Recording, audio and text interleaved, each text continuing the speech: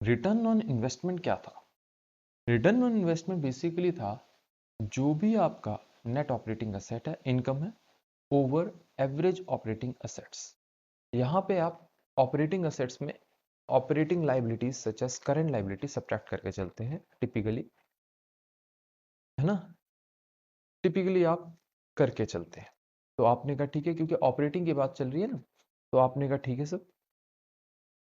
Operating income कौन सी होती है? आप कहते हैं कि सर आप कहेंगे अर्निंग बिफोर इंटरेस्ट और टैक्स को हम लोग operating income, net operating income लेके चलते हैं, क्योंकि हमारे ऑपरेशंस में कितना इनकम है वो देख रहे हैं। अच्छा, ऑपरेटिंग असेट्स के अंदर एक चीज और याद रखिएगा, मान के चलिए आपने कहीं और इन्वेस्टमेंट की, तो क्या ये बिजनेस के लिए थी? नहीं। अनलेस आपका बिजनेस ही रियल एस्टेट का हो, आप कहेंगे कि सर किसी और जगह का अगर इन्वेस्टमेंट कर रहे हैं तो वो ऑपरेटिंग असेट्स नहीं है।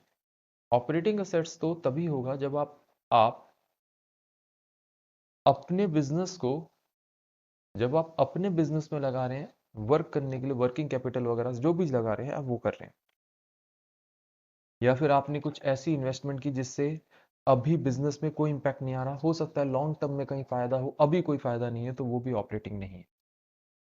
रिटर्न ऑन इन्वेस्टमेंट में हम लोग कुछ प्रॉब्लम फेस करते हैं। रिटर्न ऑन इन्वेस्टमेंट निकालना तो बहुत इजी है, operating income over operating asset.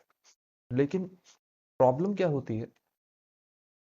On a certain occasions हमारी हमारी जो रिक्वायर्ड कॉस्ट ऑफ कैपिटल है ज्यादा उससे ज्यादा हमारे पास रिटर्न आ रहा होता है, फिर भी हम उस फिर भी हम उसे एक्सेप्ट नहीं करते इन्वेस्टमेंट को।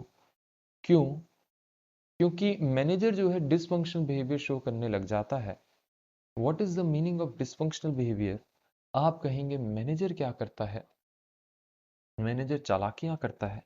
वो कहता है कि देखो, अगर मैं इसको एक्सेप्ट कर लूंगा तो मेरी ओवरऑल आरओआई, मतलब आफ्टर इन्वेस्टमेंट आरओआई, वो रिड्यूस हो जाएगी, क्योंकि वो weighted average cost of capital के हिसाब से होती है, वेटेड एवरेज के हिसाब से होती है, सॉरी, है ना।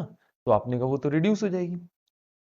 अच्छा, और वो उतने से रिड्यूस नहीं होगी जो डिफरेंस है। जैसे मान के चलिए अभी तक 24 पे था, 24% आरओआई चल रही थी हमारी, अब नया बिजनेस आया, उसके अंदर आरओआई लेटेस्ट से है 15%।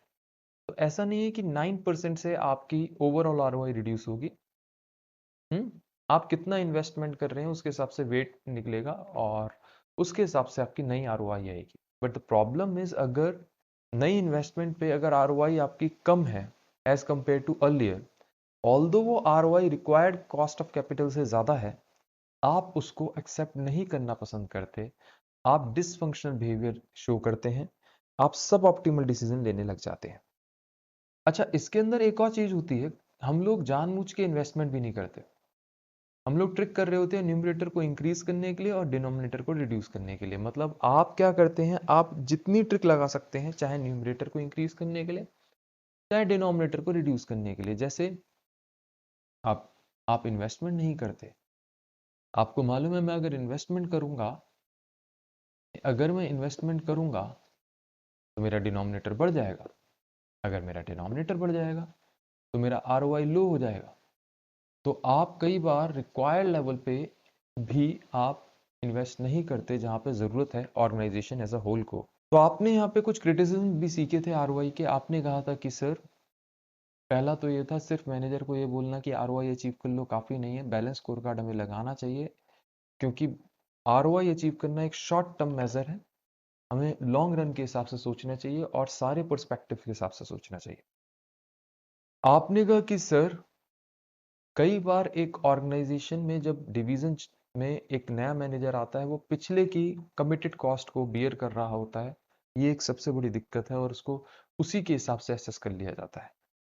लास्ट आपने कहा कि सर, हमने अभी समझा, हम लोग कई बार डिसफंक्शनल बिहेवियर शो करते हैं और जो इन्वेस्टमेंट अपॉर्चुनिटी अच्छी खासी है वो भी हम लूज कर देते हैं।